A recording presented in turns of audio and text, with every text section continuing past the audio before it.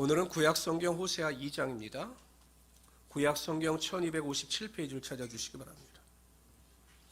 구약성경 1257페이지 호세아 2장입니다.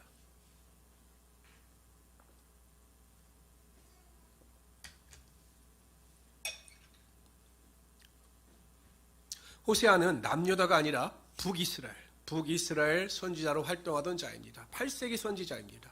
보통 8세기 선지자하면 호세와 또 북이스라엘을 향해서 선포했던 아모스 그리고 이사야 또한 미가가 8세기 선지자입니다. 그래서 아주 대표적인 선지자들이 8세기에 집중되어져 있습니다. 이 호세아서는 고멜이라고 하는 음란한 여인을 통해서 이스라엘 백성들이 우상을 섬기는 음란의 죄를 고백하고 하나님께서 고멜을 통해서 하나님의 마음을 알게 하시고 이스라엘 백성들이 죄악에서 돌아오기를 간구하는 마음을 가지고 기록한 것이, 또한 하나님의 심판이 무엇인가에 대해 기록한 것이 호세아 2장입니다. 우리가 지난 시간에는 1장 1절서부터 2장 1절까지 살펴보면서 그 호세아의 자녀들에 대한 이름과 또한 하나님의 징계와 심판, 회복에 대해서 살펴보았습니다. 호세아서를 잘 살펴보면 반복되어지는 패턴이 있어요. 보통 예언서에도 공통되어지는 패턴이 있습니다. 어떤 패턴이냐면 하나님께서 죄를 지적하시고 회개를 촉구하십니다. 그래서 이스라엘 백성들이 회개하지 아니하면 심판하시되 그 심판을 다시 회복해 하시는 그 말씀의 패턴이 있습니다. 보통 호세아도 그런 패턴을 따르고 있습니다. 2절부터 13절까지는 북이스라엘의 죄악과 그에 따른 하나님의 심판 예언입니다. 여기는 단어 하나를 잘 이해하셔야 합니다. 하나하나를. 먼저 2절 여러분들 읽어주세요. 시작. 너희 어머니와 논쟁하고 논쟁하라. 그는 내 아내가 아니요 나는 그의 남편이 아니라 그가 그의 얼굴에서 음란을 취하게 하고 그 유방 사이에서 음행을 취하게 하리라. 여기서 어머니라고 하는 것이 이스라엘 민족 전체를 상징하는 겁니다. 그리고 나중에 보면 이제 자녀들이 나와요. 이 자녀들은 이스라엘 백성 한 사람 한 사람을 의미할 때 자녀들이라 이야기하고, 여기서 어머니라고 하는 것은 이스라엘 민족 전체를 지칭하고 있는 것입니다. 3절 제가 읽겠습니다. 그렇지 아니하면 내가 그를 벌거벗겨서, 하나님의 심판이죠, 그 나던 날과 같게 할 것이요 그로 광야가 같이 되게 하시며 마른 땅 같이 되게 하며 목말라 죽게 할 것이며 내가 그의 자녀를 궁일이 여기지 아니하리니 이는 그들이 음란한 자식들임이니라. 그 자녀들이란 하나님께서 이스라엘 백성 한 사람 한 사람도 궁일이 여기지 아니하시겠다는 것입니다. 그들의 어머니는 이스라엘 민족은 음행하였고 그들을 임신했던 자는 부끄러운 일을 행하였나니 이는 그가 이르기를 나는 나를 사랑하는 자들을 따르리니 그들이 내 떡과 내 물과 내 양털과 내 삶과 내 기름과 내 술들을 내게 준다 하였음이라. 이것은 무슨 의미냐면 우상, 바알이 자신들의 필요를 채워줬다, 우리에게 모든 것을 제공했다, 이렇게 믿고 있다는 것입니다. 다 같이 읽읍시다. 시작. 그러므로 내가 가시로 그 길을 막으며 담을 쌓아 그로 그 길을 찾지 못하게 하리니 그가 그 사랑하는 자를 따라갈지라도 미치지 못하며 그들을 찾을지라도 만나지 못할 것이라. 그제야 그가 이르기를 내가 본 남편에게로 돌아가리니 그때 내 형편이 지금보다 나았음이라 하리라. 곡식과 새 포도주와 기름은 내가 그에게 준 것이요 그들이 바알을 위하여 쓴 은과 금도 내가 그에게 더하여 준 것이거늘 그가 알지 못하도다. 그러므로 내가 내 곡식을 그것이 읽을 계절에 도로 찾으며 내가 내 새 포도주를 그것이 맞던 시기에 도로 찾으며 또 그들의 벌거벗은 몸을 가릴 내 양털과 내 삶을 빼앗으리라. 이제 내가 그 수치를 그 사랑하는 자의 눈앞에서 드러내리니 그를 내 손에서 건져낼 사람이 없으리라. 내가 그의 모든 희락과 절기와 월삭과 안식일과 모든 명절을 폐하겠고 그가 전에 이르기를 이것은 나를 사랑하는 자들이 내게 준 것이라 하던 그 포도나무와 무화과 나무를 거칠게 하여 수풀이 되게 하며 들짐승들에게 먹게 하리라. 13절 다 같이 읽읍시다. 시작. 장식하고 그가 사랑하는 자를 따라가서 나를 잃어버리고 향을 살라 바알들을 섬길 실대로 내가 그에게 벌을 주리라. 여호와의 말씀이니라. 바알을 섬기는 그들에게 하나님께서 반드시 심판하시겠다는 겁니다. 회개하여 돌이키지 아니하면 하나님께서 징계와 심판을 내리시겠다라고 말씀하고 있는 것입니다. 구체적인 하나님의 심판의 양상이 무엇인가? 이것이 9절이에요. 9절. 다 같이 읽어봅시다. 시작. 그러므로 내가 내 새 포도주를 그것이 맞들 시기에 도로 찾으며 또 그들의 벌거벗은 몸을 가릴 내 양털과 내 삶을 빼앗으리라. 그러니까 이스라엘 백성들은 무엇을 착각했냐면 자신들이 거두리는 모든 풍성함이 바알로부터 비롯되었다, 이렇게 생각을 한 것입니다. 그래서 하나님께서 근본적으로 하나님께서 축복하시는 것인데 그 축복을 믿지 아니하니 그들이 받았던 축복을 다 하나님께서 거두신다라는 것입니다. 그래서 북이스라엘을 황폐케 하시겠다라고 말씀하고 있는 것입니다. 여러분, 우리의 삶에 있어 복의 근원은 하나님이시는 것입니다. 복의 근원은 하나님이시는 거죠. 우리의 모든 생사와 복을 주관하시는 주권자는 바로 하나님이 되시는 것입니다. 그렇기 때문에 우리의 복은 하나님께로 비롯되는 것입니다. 기쁨도 소망도 모든 근원 다 하나님이신 거예요. 세상이 주는 기쁨과 소망에는 한계가 있습니다. 그러나 하나님께서 부어주시는 영적인 기쁨과 소망에는 한계가 없고 메마름이 없게 된다는 것입니다. 그래서 우리가 하나님의 복을 구하며 하나님의 복을 통해서 하나님의 영광을 드러낼 수 있어야 한다는 것입니다. 그런데 만약 우리가 이것을 망각하고 내 노력과 수고를 통하여 세상의 어떤 복을 얻으려고 할 때 하나님께서 그 복을 허락지 아니하심으로 우리의 삶의 수고에 따른 그 복의 열매가 나타나지 않게 된다는 것이죠. 성경은 분명히 하나님께서 그렇게 말씀하고 계시다라는 것입니다. 예레미야 2장 13절을 같이 읽어봅시다. 시작. 내 백성이 두 가지 악을 행하였나니 곧 생수의 근원되는 나를 버린 것과 스스로 웅덩이를 판 것인데 그것은 물을 저축지 못할 터진 웅덩이니라. 하나님은 의지하지 않고 자신들의 노력에 의해서 웅덩이를 파고 수고를 했지만 그 밑빠진 터진 웅덩이라 물을 아무리 부어도 물이 차지 않는 것입니다. 그러니까 헛된 수고가 되고 마는 것이죠. 뿐만 아니라 학개서에 보면 이스라엘 백성들이 성전 건축, 하나님의 성전 건축을 하다 이방인들의 방해로 성전 건축이 멈춰지게 됩니다. 그런데 이들이 성전 건축을 어찌하든지 재개하기 위해서 노력한 것이 아니라 세상 안락즐거움에 빠지고 말았어요. 어떻게 하면 이 땅에서 이방 땅에서 더 복되게 살 수 있을까? 거기만 집중하는 거죠. 좋은 집 사고 땅에 투자하고 이런 일에 집중하는 것입니다. 그랬더니 하나님께서 학개 선지자를 통해서 그들에게 이렇게 경고하십니다. 다 같이 읽어봅시다. 시작. 너희가 많이 뿌릴지라도 수확이 적으며 먹을지라도 배부르지 못하며 마실지라도 흡족하지 못하며 입어도 따뜻하지 못하며 일꾼이 삭을 받아도 그것을 구멍 뚫어진 전대에 넣음이 되느니라. 그러니까 이것도 헛수고 된다는 거예요. 마실지라도 흡족하지 못하고 입어도 따뜻하지 아니하고 삭을 받아도 그것을 구멍 뚫린 전대에 넣기 때문에 그 물질이 쌓이지 않는다는 것입니다. 그러니까 하나님께서 함께 하시지 아니하시면, 하나님께서 복을 주시지 아니하시면 우리의 노력과 수고로 쌓이는 복은 절대 복이 될 수가 없다는 것입니다.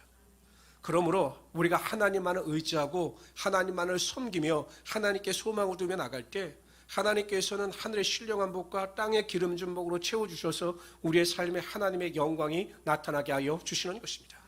그런데 여러분, 무엇입니까? 우리는 이미 복을 받은 자들이에요. 복을 받은 자들입니다. 어떤 복을 받았습니까?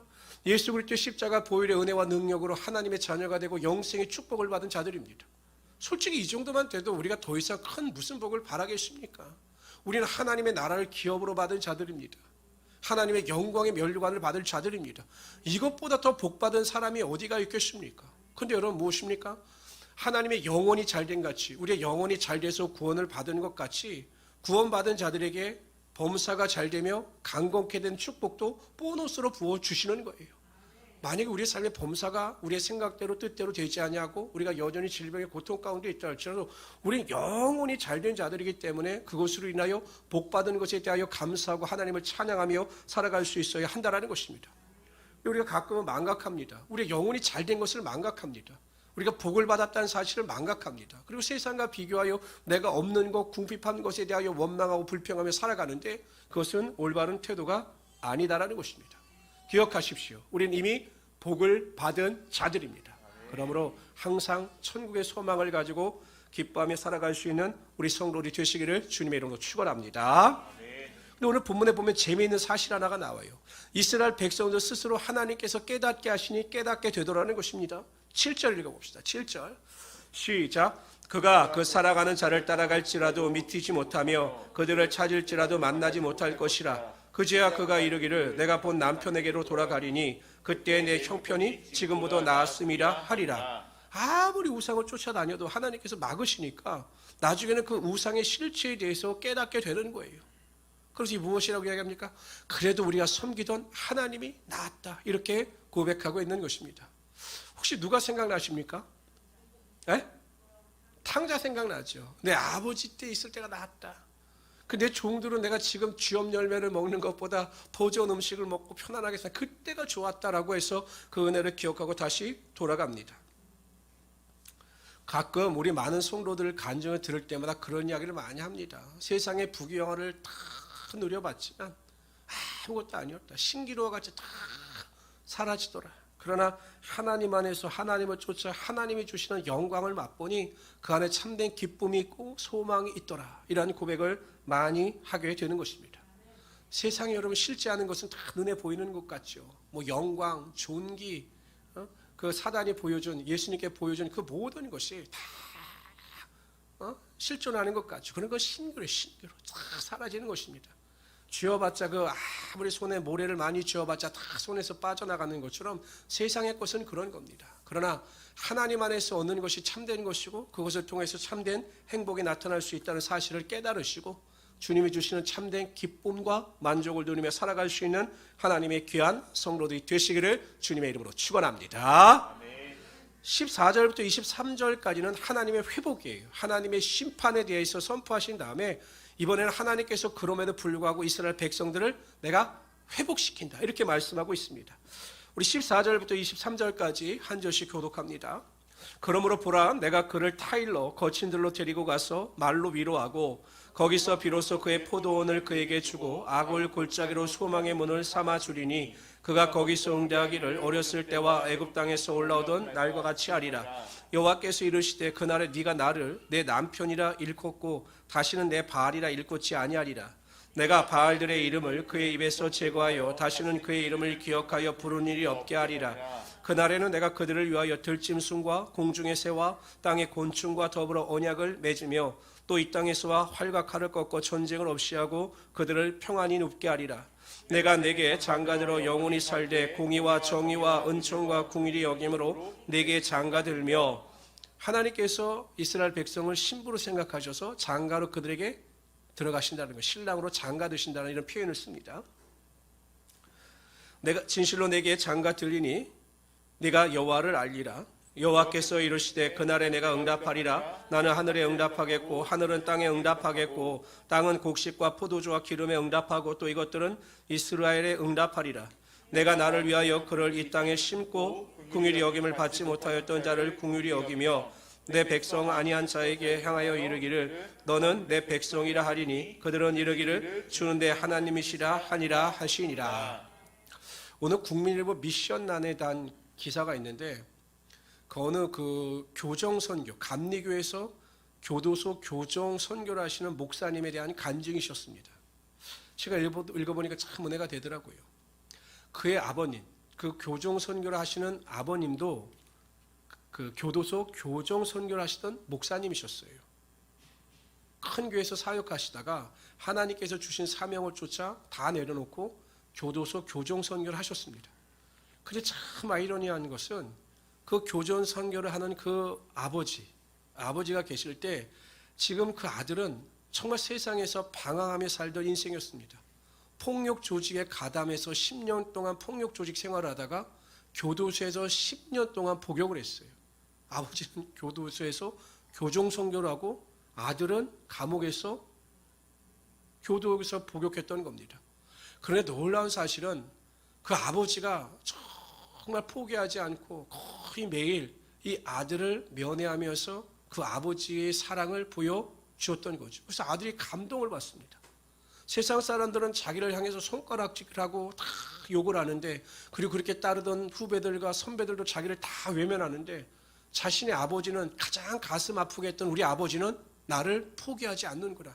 그 사랑에 감동을 받습니다. 그리고 어려움에 처했을 때 하나님을 찾음으로 그 안에서 하나님을 인격적으로 만나고 완전히 변화가 되어 목사가 되고 교정 선교를 하게 되었다라고 하는 간증을 하였습니다. 이 목사님을 변화시킨 것이 무엇입니까? 아버지의 사랑입니다. 세상은 그를 포기했지만 아버지는 그 아들을 포기하지 않았습니다. 끝까지 아버지의 마음을 가지고 아들을 위하여 기도하고 눈물을 흘리며 간구했을 때 하나님께서 그 사랑을 통해서 아들을 변화시켜 주셨던 것입니다. 저는 오늘 말씀을 준비하면서 그래서 이 내용이 기억이 났어요. 정말 제가 자녀를 키워보니까 자녀를 포기하는 부모는 없습니다. 자식을 포기하는 부모는 없어요. 아무리 자식이 못났건 실수를 하든 잘못을 하든 부모는 끝까지 자녀를 사랑하고 포기하지 않습니다.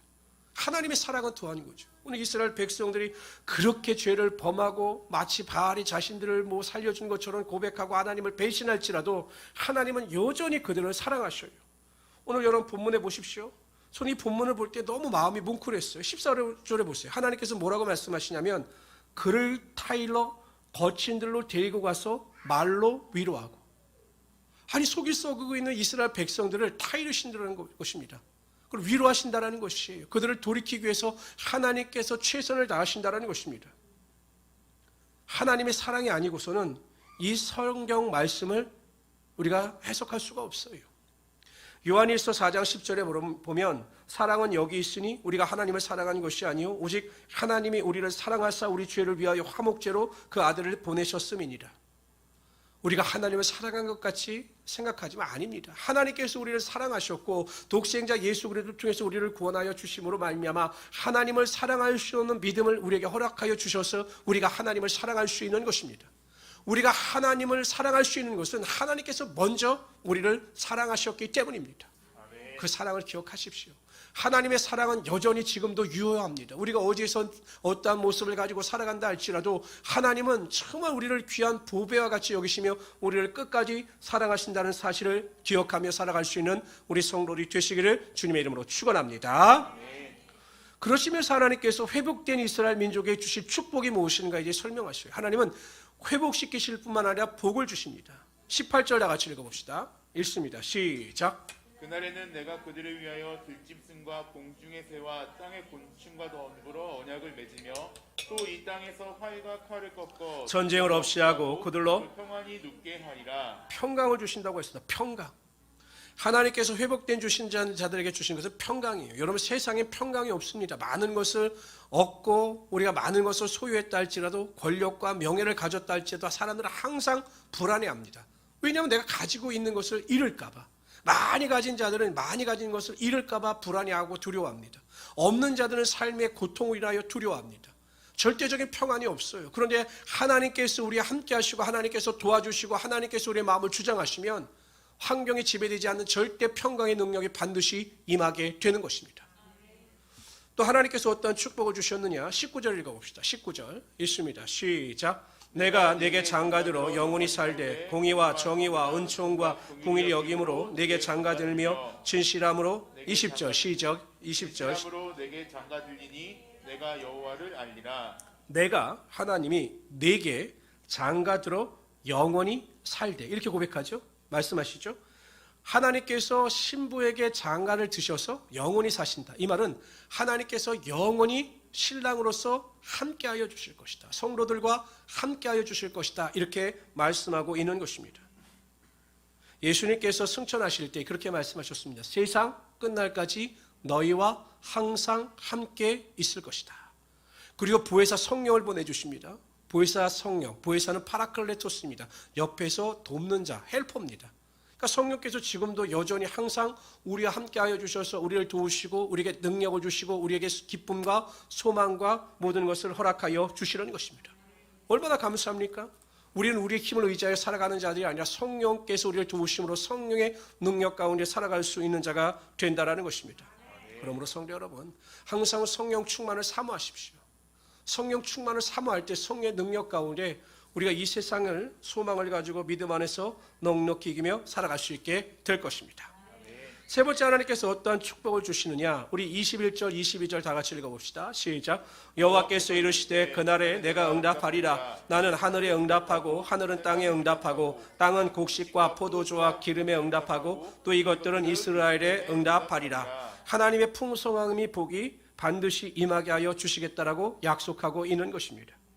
우리의 필요를 채워주시는 거죠. 다 채워주셔요. 한번 여러분 생각해 보셨습니까? 내가 월급 얼마 정도를 받으면 행복하실 것 같습니까?